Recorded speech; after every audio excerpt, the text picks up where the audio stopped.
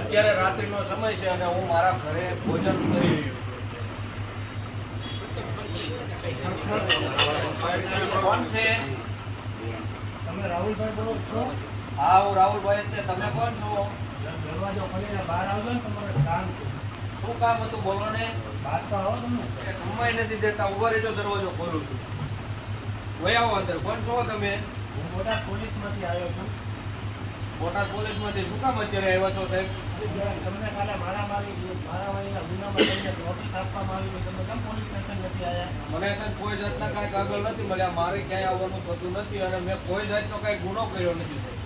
તમે નોટિસ આવી જાવ, તમે પોલીસ સ્ટેશનમાં હાજર કેમ નથી આવ્યા? કેમ ભાગતા ફરો? ના સાહેબ, હું ક્યાંય નથી જો સાહેબ. મારે ક્યાંય આવવાનું નથી સાહેબ. કોશિશ નહીં કરવાની. બેસી જાઓ સામે. પણ મેં સાહેબ કશો ગુનો કર્યો જ નથી સાહેબ. પોલીસ સ્ટેશન અટક કરવામાં આવે. બેસી જાઓ. પણ મેં સાહેબ કોઈ ગુનો નથી કર્યો તો મને સાહેબ તમે શા માટે અરેસ્ટ કરો છો? પોલીસ સ્ટેશને ખબર પડશે. ભલે સાહેબ, પણ મેં સાહેબ કોઈ ગુનો કર્યો નથી. મને સાહેબ શું કામ તમે પકડો છો? તમે બેસી જાઓ, હમણાં તમને direct ખ્યાલ આવી જશે. બોટાદ ડિસ્ટ્રિક્ટ કોર્ટમાં ડીએલએસએ શાખા છે, તેમાં પીએલવી તરીકે ફરજ બજાવું છું. મારો રોલ અત્યારે પીએલવી તરીકેનો છે. પીએલવી લોકોને કાયદાની માહિતી આપે છે. ગામડે ગામડે જે શિબિરો અને કેમ્પ થતા હોય ત્યાં પણ લીગલ અવેરનેસની માહિતી આપે છે. અને આજે હું બોટાદ પોલીસ સ્ટેશનની મુલાકાત લેવાનો, ત્યાં કોઈ આરોપીને કાયદાની માહિતી તેના માટે મુલાકાત લઈશ. બોટાદ પોલીસ સ્ટેશન અને કેમ અહીંયા ગુનો છે આજ? અમને મારામારીના ગુનામાં પકડેલા છે. એવું છે તો એને થોડી પૂછપરછ કરી લો. તમે કોણ છો? હું પીએલવી તરીકે છું, બોટાદ ડિસ્ટ્રિક્ટ કોર્ટમાં છું. તમે કોણ છો સાહેબ? હું પીએલવી છું, બોટાદ ડીએલએસએ શાખામાં છું. એ પીએલવી શું કહેવાય છે? તમને કાયદાની માહિતી આપે, તમારા અધિકારો વિશે તમને ના ખબર પડતી હોય તો સમજાવે, તમને મફત અને સક્ષમ કાનૂની સેવા સહાય મળતી હોય તો તેના માટે માર્ગદર્શન પૂરું પાડે. હા સાહેબ, મારે માહિતીની જરૂર જ છે. મને સાહેબ ખોટી રીતે અરેસ્ટ કરીને સાહેબ પોલીસ સ્ટેશનમાં લાવવામાં આવ્યો છે. બરોબર. મારે સાહેબ છૂટવું છે. મારે સાહેબ કેવી રીતે તમે છૂટવું? વકીલ નથી રાખ્યા? ના સાહેબ, મારી પાસે કોઈ પૈસાની સગવડ નથી કે જેથી હું અત્યારે વકીલ રાખી શકું સાહેબ. એવું છે, હા સાહેબ. કાંઈ વાંધો નહીં. મારી જિલ્લા કાનૂની સેવા સત્તા મંડળ બોટાદની ઓફિસ છે, ત્યાં તમને મફતમાં કાનૂની સેવા સહાય મળી શકે છે. હા સાહેબ, પણ એમાં સાહેબ મને શું સેવા મળશે? તમારી આ આવક બધાને સાહેબ જણાવો શું શું સાહેબ સેવા મળશે? તમારી આવક કેટલી છે? મારી આવક તો હું ખેતીવાડી કરીને સાહેબ મારું પરિવારનું ગુજરાન ચલાવવું એવી છે સાહેબ મારી આવક. એમાં એવું હોય કે 1 લાખથી ઓછી આવક હોય તો તમને સહાય મળે, અને તમે અત્યારે પોલીસ કસ્ટડીમાં છો તો તેના દ્વારા પણ તમને સહાય મળી શકે.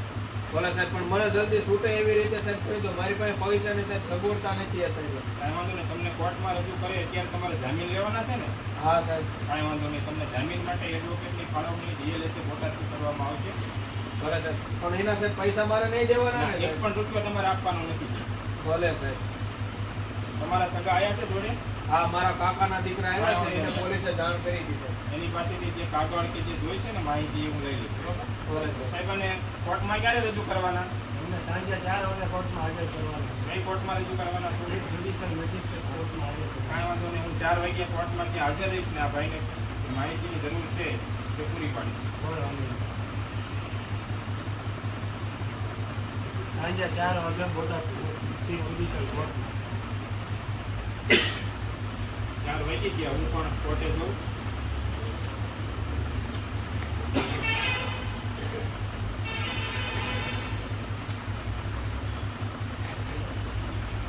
ગાડીમાં પ્રોડક્શન આવે છે.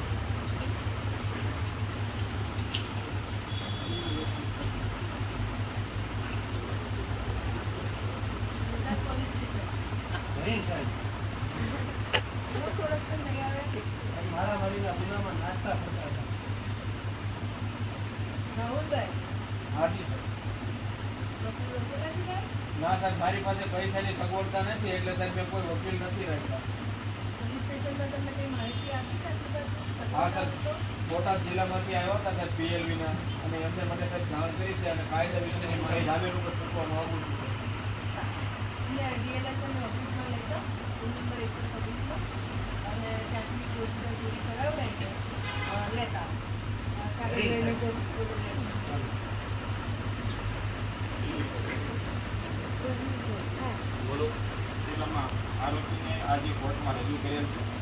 એને જામીન માટે છે 2 રૂપિયાની ફાળવણી આપણે જિલ્લા કાનૂની સેવા સત્તામંડળમાંથી કરવાની.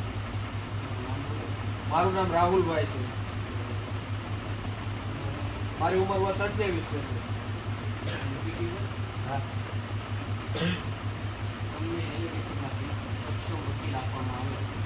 ભલે સાહેબ, એ મને સાહેબ છોડાવી દે છે જામીન ઉપર.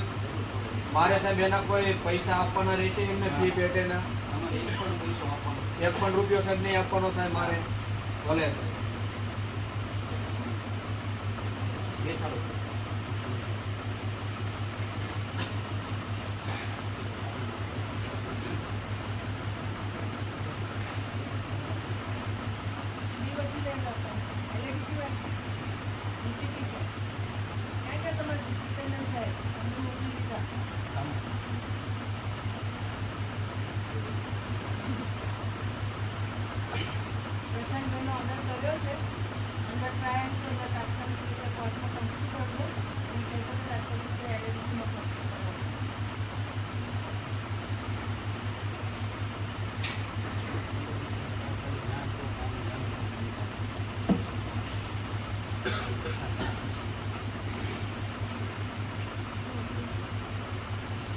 બોટાદ LADC ખાતે આસિસ્ટન્ટ તરીકે વકીલ તરીકે આરોપીની નિમણૂક કરવામાં આવે છે. ક્યાં છે આરોપી? જી સાહેબ. શું નામ છે ભાઈ તારું? મારું નામ રાહુલભાઈ છે સાહેબ.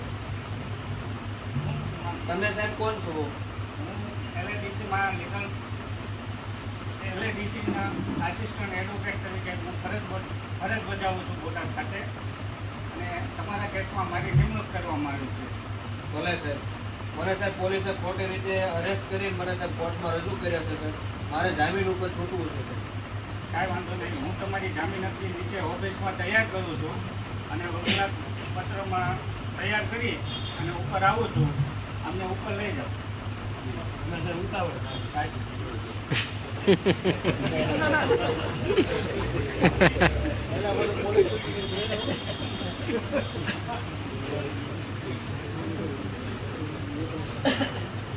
ક્યાં છે આરોપી? હાજી સાહેબ. આ જામીન અરજીમાં સહી કરો. મને સાહેબ ખાલી મારું નામ જ લખતા આવડે. કાંઈ વાંધો નહીં, તમે જામીન અરજીમાં સહી કરો અને વકીલાત પત્રમાં સહી કરો. ભલે સાહેબ. હાલો.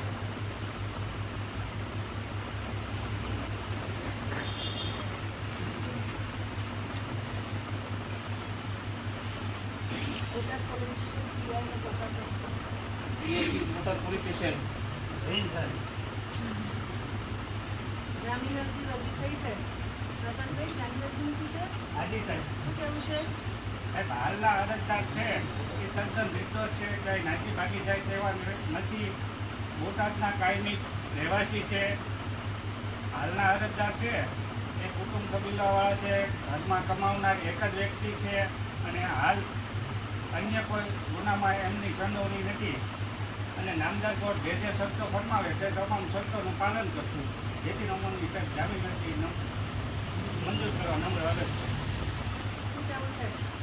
સાહેબ, આ કામના આરોપી નાસ્તા ફરતા હતા સાહેબ. નવા સાહેબ માથાકૂટના કેસમાં હોય જ છે સાહેબ. એટલે સાહેબ એમને નોટિસ આપી છતાંય હાજર નહોતા થતા સાહેબ. અને સાહેબ જે આ કામના ફરિયાદી છે એમને એમની નામજોગ ફરિયાદ આપેલી છે એટલે સાહેબ હાલના આરોપીને જામીન પર મુક્ત કરવા જોઈએ. આરોપીને કંઈ કહેવું છે રાહુલભાઈ? હા સાહેબ. મારે સાહેબ નાના નાના છોકરા છે સાહેબ. હું સાહેબ ખેતીવાડી કરું છું. મારા વૃદ્ધ માતા પિતાની સાહેબ ભરણ પોષણની જવાબદારી મારી માથે છે સાહેબ. અને સાહેબ કહેવાતો બનાવ બન્યો તે દિવસે સાહેબ હું બોટાદમાં હાજર નહોતો સાહેબ. હું નિર્દોષ છું. મને સાહેબ જામીન ઉપર છોડવા સાહેબ અરજ છે તમને. બેસાડો, ઓર્ડર થાય બધું.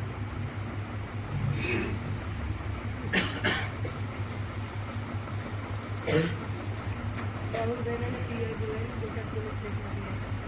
રાહુલભાઈ હાજર હો. Botad PI Jain sir.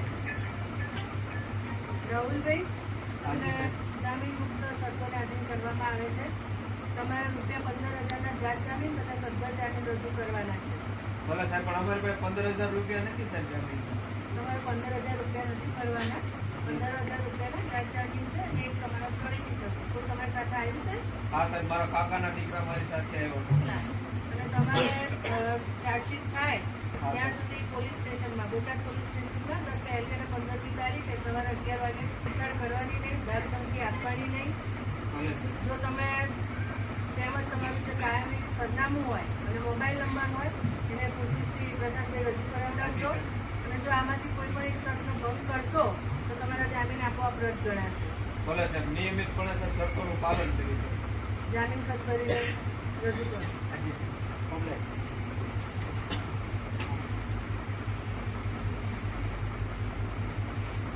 કોણ છે આમના જામીન? હું આવ્યો છું હું આ નાઇટમાં આરોપીના જમીનદાર તરીકે શું નામ તમારું? વિજય હવે રાહુલભાઈની શરતોને આધીન જામીન ઉપર મુક્ત કરવાનો નામદાર કોર્ટે હુકમ કરેલ છે. હવે એમાં 15,000ના જામીન તથા જાત મુચલકો છે. એક સ્ક્રીન દર મહિનાની 1 અને 15 તારીખે બોટાદ પોલીસ સ્ટેશનમાં સવારે 11 વાગે હાજરી પુરાવાની છે. આરોપીએ એના સગાવાલાએ કોઈ પણ ફરિયાદીને કે ફરિયાદ પક્ષના કોઈ સાક્ષીને કે પુરાવાને છેડછાડ કરાવવાની નથી. અને કાયમી આરોપીનું સરનામું અને મોબાઈલ નંબર નામદાર કોર્ટમાં રજૂ કરવાનું છે. સહી કરો જામીનદાર તરીકે.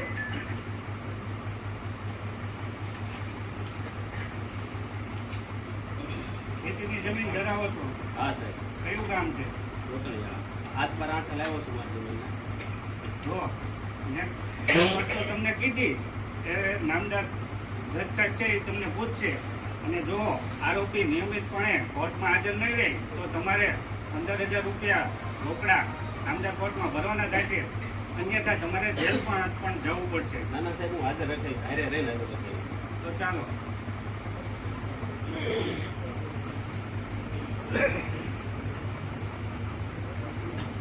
રાહુલભાઈ, વિજયભાઈ, કેમ કોર્ટમાં આવવું પડ્યું?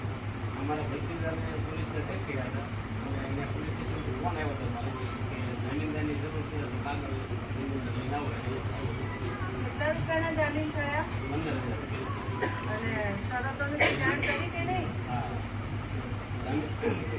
પોલીસ સ્ટેશનમાં મહિનાની 1 તારીખે અને 15 તારીખે હાજર રાખવાના. આરોપીને ફરિયાદ પક્ષના કોઈને સંભાવના નથી, એના પુરાવાને કોઈને છેડછાડી કરવાની નથી અને કોર્ટમાં દરેક મુદ્દે હાજર રહેવાનું છે. જો હાજર ન રહે મારે 15,000 ભરવાના છે અને મને જેલમાં હા, એટલે ખાસ ધ્યાન રાખજો કે હાજર રહે. નહીંતર એ નિયમિતપણે સાહેબ શરતોનું પાલન કર્યું છે. જેલથી બહાર અને તમે જેલમાં એ જેલની બહાર મજા અને તમને જેલની સજા. ના ના હું હારે જ રાખી છે હારે જ લઈ સારું, એમને મુક્ત કરજો.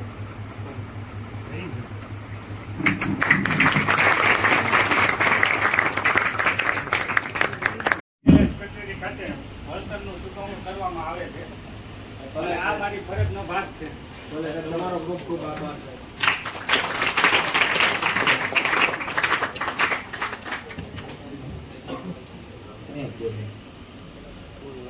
આપણે મારી એલએડીસી ઓફિસમાંથી બધા એડવોકેટ મિત્રો હતા અને એમને તમને કઈ રીતે કાનૂની સહાય મેળવવી, આરોપી તો પણ તેને મફત અને સક્ષમ કાનૂની સેવા સહાય મળી શકે છે. એટલે કોઈ આરોપી હોય એ ગરીબ છે કે પૈસા નથી તો તેના માટે તેનો કાયદાનો જે લડત છે તે ઊભી નથી રહી જતી. તેવી જ રીતે આજે તમે થોડીક નાટક જોયું તેમાં તમે જોયું કે આરોપી હતો એટલે એને મફતમાં વકીલ મળી ગયા.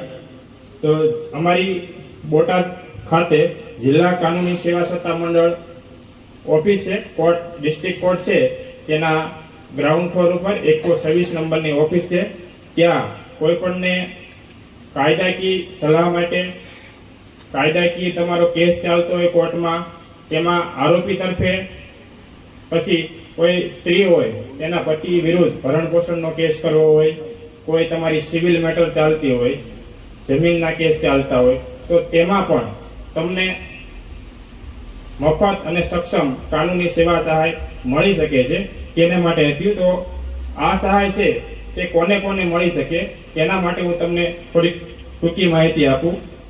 તો એક અનુસૂચિત જાતિ કે અનુસૂચિત જનજાતિની વ્યક્તિને માનવના ગેરકાયદે વેપારનો ભોગ બને, એટલે કે બાળક કોઈ તસ્કરી ઉઠાવી ગયા હોય કે એવી રીતે હોય, એમાં ભિક્ષુકને, સ્ત્રી અથવા બાળકને, માનસિક રીતે બીમાર અથવા ઔદ્યોગિક કામદારને, સંરક્ષણ ગૃહ અથવા કિશોર ગૃહમાં રહેતી વ્યક્તિને, માનસિક રોગની હોસ્પિટલ અથવા નર્સિંગ હોમમાં રહેતી વ્યક્તિને, કોઈ પણ પ્રકારની પોલીસ કસ્ટડી અથવા સરકારી કસ્ટડીમાં હોય તેવી વ્યક્તિને, તે સિવાય 1 લાખથી ઓછી આવક ધરાવતી હોય તમામ વ્યક્તિઓને મફત અને સક્ષમ કાનૂની સેવા સહાય મળી શકે.